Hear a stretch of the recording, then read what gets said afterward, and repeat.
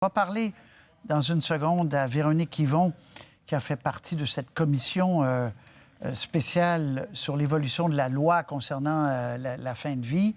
Mais d'abord, David Gentile nous explique les grandes lignes des recommandations de la commission. Quelle grande journée! Elle célèbre un rapport qui pourrait leur faciliter l'accès à l'aide médicale à mourir. Et voilà! À 42 ans, Sandra de Montigny souffre déjà d'une forme génétique de la maladie d'Alzheimer. Moi, j'ai une pensée pour mon père aujourd'hui. Ouais. Souvent, je me suis dit, il voudrait tellement pas se voir dans cet état-là. Son père a décliné longtemps. Avant de décéder, elle refuse de vivre la même chose. Pour moi, c'est clair depuis longtemps que je veux pas vivre la fin de vie d'une maladie d'Alzheimer précoce génétique. Elle se réjouit des recommandations de la commission spéciale qui s'est penchée sur les soins de fin de vie. Elle propose qu'on permette de formuler une demande anticipée d'aide médicale à mourir. Je veux pas avoir quelqu'un qui va me nourrir 3 fois par jour parce que sinon je mange jamais. Quelqu'un qui a besoin de m'accompagner aux toilettes tout le temps. La demande pourrait être formulée à l'avance par une personne apte, mais qui est menacée par une maladie mortelle et irréversible comme l'Alzheimer. Autant ma mère veut une belle fin de vie, autant que moi, si j'ai à, par exemple, m'en occuper à temps plein, en plus de savoir qu'elle, c'est pas ce qu'elle désirait de dépendre des autres, je trouve que ça rajoute quelque chose d'encore plus dramatique, là. Fait que je suis vraiment contente de voir ça. C'est une bonne idée, mais par contre, évidemment, c'est un terrain qui est un peu glissant. Un proche désigné d'avance serait chargé d'en déclencher l'application, ce qui pourrait être complexe dans bien des familles. Même s'il n'y a pas de chicane, ça va être difficile pour la personne, à son âme et conscience, de dire oui, maintenant c'est le temps. La commission parlementaire recommande cependant de ne pas élargir l'aide médicale à mourir aux personnes souffrant de problèmes de santé mentale. Les troubles mentaux, juste pour vous dire, on n'a eu aucun témoignage de personnes atteintes ou de proches qui sont venus nous plaider pour ça. Mais Maître Jean-Pierre Ménard pense que ce serait une injustice pour ses patients. L'état de la jurisprudence pour la maladie mentale est assez favorable aux patients. Cependant, il semble y avoir un consensus politique pour élargir l'aide médicale à mourir en ce qui a trait aux maladies dégénératives. Sandra profite donc de son nouveau statut de grand-mère, mais elle sent chaque jour que la maladie progresse. Elle se réjouit donc de savoir que Québec veut légiférer rapidement pour élargir l'accès à l'aide médicale à mourir. Ce que je souhaite, c'est en effet pouvoir partir dignement, à la limite avec le sourire aux lèvres en disant « ben j'ai eu une belle vie ». Ici David Gentile, Radio-Canada, Montréal. Bonsoir, Véronique Yvon. Bonsoir, M. Roy. Membre de la commission spéciale sur cette question de mourir dans la dignité. Alors, on est rendu là. Pour vous, ça semble clair, net, là, que pour les personnes atteintes d'Alzheimer, par exemple, on est rendu là qu'on puisse choisir avec une demande anticipée de mourir avant la fin naturelle, si je peux dire. Oui, je pense qu'on est vraiment rendu là. C'est une question de respect de la personne, de l'autonomie, de sa dignité. C'est une question de compassion aussi. Je pense qu'on connaît tous des gens qui ont vécu des fins de vie agonisantes, longues, dans un état grabataire, extrêmement difficile, totalement dépendant et souffrant. Et je pense qu'on ne souhaite pas ça, surtout quand les gens, de leur propre arbitre, après un diagnostic, en sachant ce qui les attend, font une demande de manière complètement libre et éclairée. Oui, je pense qu'on est rendu là. Et parce que ça va être plus difficile à gérer que les premières étapes qu'on a connues, parce que là, on parle d'une fin de vie douloureuse, on est vraiment en fin de vie. Là, qui va déterminer que c'est le moment? C'est un fils, c'est une fille, Parce que moi, par exemple, je reçois un diagnostic à 78 ans d'Alzheimer et je dis, moi, je ne veux pas être une charge, je ne veux pas, et quand je n'aurai... Est-ce que je mets des facteurs quand je ne reconnaîtrai plus personne, quand je ne pourrai plus manger? Et qui décide du moment? Vous avez raison de dire que c'est très complexe. C'est pour ça que vraiment, on a retourné chaque pierre, on a débattu énormément dans une fantastique commission transpartisane où on était là je dirais comme humain représentant des humains et non pas comme humain représentant un parti. Ça fait toute une différence. Et en fait, ce n'est pas un tiers qui va décider pour vous. C'est vous qui allez décider pour vous en inscrivant à l'avance les manifestations de la maladie, l'évolution de la maladie qui fait que, selon vous, vous allez avoir atteint un stade de non-retour où la déchéance va être telle, les souffrances vont être telles que c'est la chose que vous souhaiteriez. Ensuite, évidemment, vous allez désigner un tiers de confiance. C'est une balise importante que l'on recommande. Le tiers de confiance, il n'est pas là pour consentir à votre place, pour décider à votre place.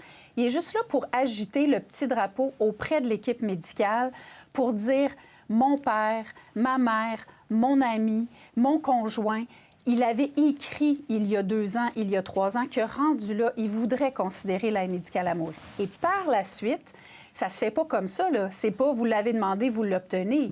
C'est l'équipe médicale va évaluer les circonstances et va évaluer le respect des critères qui sont les mêmes qu'à l'heure actuelle. Donc, déclin avancé irréversible, maladie incurable et, bien sûr, présence de souffrance constante et inapaisable. Donc, c'est pas du tout un bar ouvert. C'est vraiment quelque chose de très balisé. Et quand vous avez discuté de ça, j'imagine qu'il y a des gens qui ont soulevé l'idée que quand on signe quelque chose avec toute notre tête dans un état X de santé, on n'est pas nécessairement la même personne dans un état Y 4 ans plus tard et que 4 ans plus tard, il y a peut-être des petites joies, de la musique, un sourire de sa conjointe, etc., qui font que peut-être on ne voudrait plus partir aussi vite. Comment on fait pour baliser tout ça? Tellement, si vous saviez le nombre de fois où j'ai posé précisément à peu près dans ces mots-là la question à des experts, à des groupes qui sont venus se faire entendre, vous mettez le doigt sur quelque chose qui est fondamental, c'est-à-dire qu'on peut s'imaginer avoir des souffrances de manière anticipée, mais qui ne se concrétiseront pas quand on va être rendu au stade qu'on avait prévu. Première des balises qui est fondamentale, c'est d'avoir un diagnostic. Vous ne pouvez pas, à 50 ans, prévoir que si un jour, à 80 ans, vous avez la maladie d'Alzheimer, vous voudriez avoir l'aide médicale à mourir. Il faut que vous soyez dans une trajectoire, vous êtes encore apte, mais vous avez un diagnostic de maladie neurocognitive dégénérative, vous êtes entouré de votre médecin, vous écrivez votre demande avec votre médecin en sachant ce qui s'en vient, en sachant ce qui peut arriver dans la maladie, les souffrances qui peuvent arriver. Mais évidemment, rendu au stade où vous pouvez avoir prévu que vous voudriez avoir l'aide médicale à mourir, ça se peut que vous ne souffriez pas comme vous l'aviez anticipé. Il y a une experte qui nous a donné le cas, par exemple, d'une dame qui avait dit « Moi, quand je ne reconnaîtrai plus mes proches », mais rendue au moment, elle ne reconnaissait plus son mari, mais elle le trouvait extraordinairement charmant et à chaque jour, elle voulait le reconquérir. Donc, elle ne souffrait pas. Donc, il faut que les critères soit aussi rempli au moment de l'administration de l'aide médicale à mourir. Donc, s'il n'y a aucune souffrance, s'il n'y a pas d'anxiété, s'il n'y a pas de crispation, s'il n'y a pas d'errance, il ne pourra pas y avoir d'aide médicale à mourir. Je ne pense pas que les médecins non plus seraient confortables dans les messages qu'on a eus. Il y a eu des avis contradictoires, mais la majorité. Donc, il y a cette concomitance qui est importante. Ce que j'ai prévu, mais ce qui est aussi le fait, la situation au moment réel de l'administration. Oui, parce que la perspective change.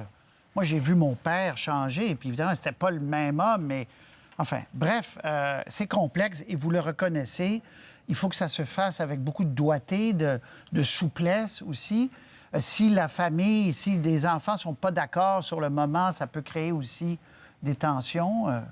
Oui, bien en fait, c'est la même chose, je vous dirais, là-dessus que la situation actuelle. Hein? C'est-à-dire qu'il y a des gens qui demandent l'aide médicale à mourir tout à fait aptes et conscients en fin de vie. C'est pas toute la famille qui est nécessairement sur la même longueur d'onde. Ce sont des questions très complexes. On invite toujours les gens, évidemment, au dialogue dans leur famille, dans leur entourage. Mais là, c'est la même chose. Ouais. La personne va désigner un tiers qui va accepter cette charge-là, qui est très lourde de conséquences. Il va devoir l'accepter par écrit. Donc, ce dialogue-là va devoir avoir eu lieu. Et donc, elle n'accepte pas de consentir à sa place. Elle accepte d'agiter le drapeau pour que la volonté de la personne soit respectée. Je pense que c'est fondamental. Ça avance dans un certain nombre de pays. Ça avance même au Canada, cette question-là. Un peu partout. Les sondages montrent que les gens sont d'accord pour la plupart. Vous voyez ça être opérationnalisé quand, vous? Bien, aujourd'hui, on a déposé un rapport unanime qui est très fort parce qu'encore une fois, il fait suite à des mois de consultation. Il est très fort parce qu'il y a beaucoup d'acceptabilité sociale. Plus que de l'acceptabilité sociale, c'est une demande de la population, je peux vous le dire, pour donner beaucoup de conférences sur le sujet. Donc aujourd'hui, c'est entre les mains maintenant du gouvernement du Québec. Le ministre Dubé a dit qu'il en prenait acte, qu'il allait regarder le tout. Nous, c'est clair, on l'a dit aujourd'hui. On espère là, tous ensemble, la présidente, le vice-président, les membres du comité directeur, tous les membres de la commission, que ça va avoir des suites dans les plus brefs délais. Bon, en tout cas, et c'est le fait aussi que ça soit unanime, tous les partis, comme vous dites. Ça avait été le cas la dernière fois aussi. On sent là, qu'on n'est plus du tout dans la joute partisane. On est dans des choses existentielles, c'est le cas de le dire. Quelques secondes, j'en ai pas parlé parce que vous l'avez écarté. Les gens qui souffrent de maladies mentales, vous dites ça, on n'ouvre pas la porte pour eux. On en a débattu énormément aussi. La raison ultime pour laquelle on n'a pas le confort, le niveau de précaution et de prudence qui est requis selon nous, c'est qu'on ne sent pas le consensus au sein même de la classe médicale sur la question de l'incurabilité, de l'irréversibilité de la maladie mentale, des troubles mentaux et aussi l'acceptabilité sociale et je dirais l'espèce d'impulsion sociale qui doit nous pousser n'est pas du tout à la même hauteur que ce soit dans ce qu'on a reçu comme commentaire, comme témoignage, comme sondage aussi. Donc, il faut tenir compte de ça. Je pense que le principe de précaution était fondamental dans ce cas-ci. Et puis encore, je pense, beaucoup de débats à faire sur cette question-là. Véronique Yvon, merci beaucoup. Merci pour votre éclairage, votre réflexion. Merci. Au revoir. Merci de votre intérêt. Au revoir.